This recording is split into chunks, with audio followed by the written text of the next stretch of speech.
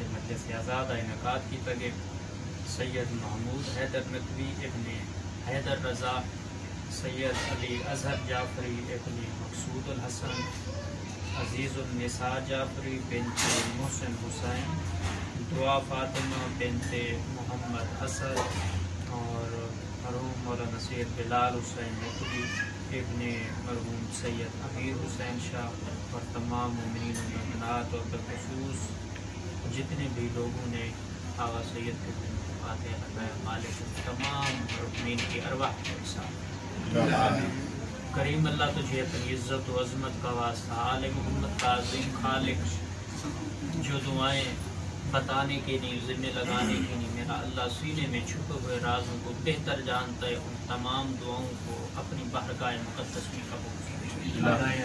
مالک اللہ جن مرحومین کے لیے مجلس عزا کا انعقاد کیا گیا، مالک ان تمام مرحومین کو کروٹ کروٹ جنت نصیب فرمائے۔ جتنے حاضرین ہیں تمام حاضرین کے مرحومین کو میرا مالک شفاعت محمد و آل محمد نصیب فرما۔ جتنے طلباء علماء تشریف فرما ہے، مالک تجھے اپنی عزت و عظمت کا صدقہ ہمیں صحیح معنوں میں علم و عمل کی توفیق عنایت فرما۔ جو بے اولاد ہیں جناب سیدہ رباب کی اجڑی ہوئی جھولی کے صدقے مالک اولاد نرینہ نیک و سہل عطا فرما۔ جن کو اولاد نصیب کی ہیں مالک ان کو نیک و سہل قرار فرما۔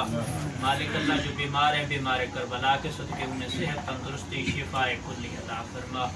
امام حسین علیہ السلام کے امتحان کے صدقے ہمیں دنیا اور آخرت کے ہر امتحان میں کامیابی و کامرانی نصیب فرما۔ تمام دعاؤں کی آخری دعا اور لاکھوں کروڑوں دعاؤں کی آخری دعا سرکار حجت خدا سرکار امام زمان علیہ السلام کا جلد از جلد ظہور فرما۔ تمام دعاؤں کی قبولیت اور مجلس کی مقبولیت کا بہترین ذریعہ بلندتر صلوات۔ اللہم صل علی محمد وآل محمد وعجل۔ اللہ اکبر۔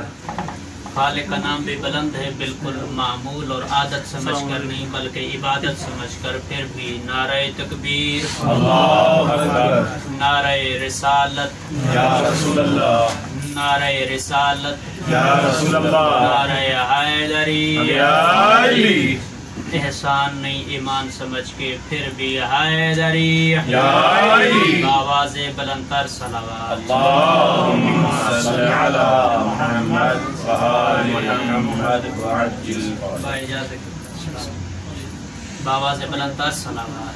اللہم صل علی محمد وآل محمد وعجل فرجہ۔ ماشاءاللہ لا قوة إلا بالله العلي العظيم۔ ما شاء الله سبحان الله۔ أعوذ بالله من الشيطان اللعين الرجيم، بسم الله الرحمن الرحيم، بلند الصلوات۔ اللهم صل على محمد وآل محمد وعجل فرجه۔ الحمد لله رب العالمين، والعاقبة للمتقين،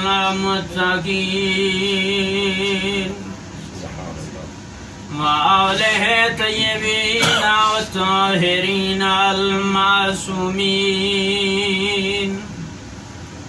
الذين أذهب الله عنهم الرجس وطهرهم تطهيرا۔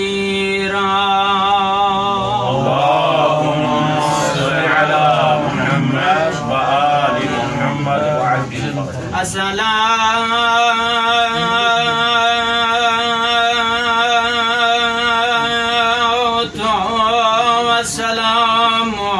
على سيدات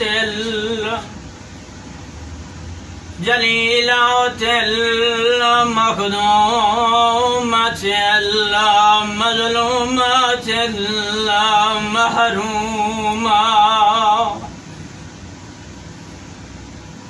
عزادار و معظمہ بی بی جو رو رو کر کہتی دی بابا سات تیرے گزر جانے کے بعد میں کھڑی بھی رہی ہوں، کہتی تھی بابا تیرے گزر جانے کے بعد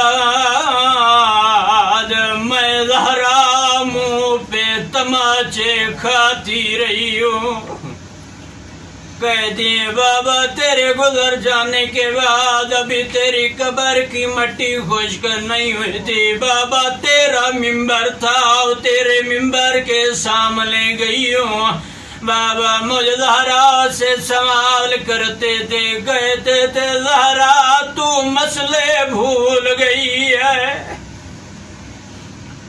ثم السلام علی الحسن المخدوم المظلوم المقتول المسموم۔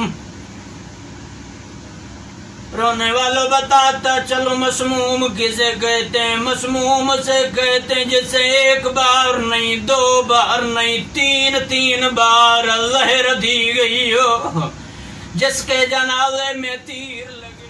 ثم الصلاۃ والسلام علی حسین الغریب المظلوم المقتول المذبوح۔ ازادارو بتاتا چلوں غریب کسے کہتے ہیں؟ غریب اسے کہتے ہیں جو کربلا کی سرزمین پہ ذبح ہوتا رہا، 70 قدم کی دوری پہ بائیں سر پہ قرآن اٹھا کے رو رو کے کہتی رہی ہو ظالم حیا کرو اس کا چھڑانے والا کوئی نہیں رہا، رو رو کے کہتی رہی، کہتی ظالم حیا کرو اس کا اکبر بھی مارا گیا، اس کے غازی کے عالم غربت میں بازو قلم ہو گئے، کہتی تھی ظالم حیا کر اس کا 6 ماہ کا پیاسا مارا گیا ہے، 3 دنوں کا پیاسا ہے میرا بھائی۔ زین العابدین مریضا وباکرا صغیرا وزینب اسیرۃ من الکوفۃ والشام، اما بعد فقط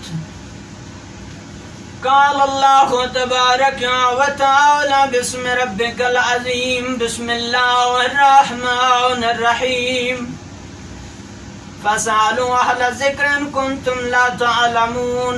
بلند تر صلوات۔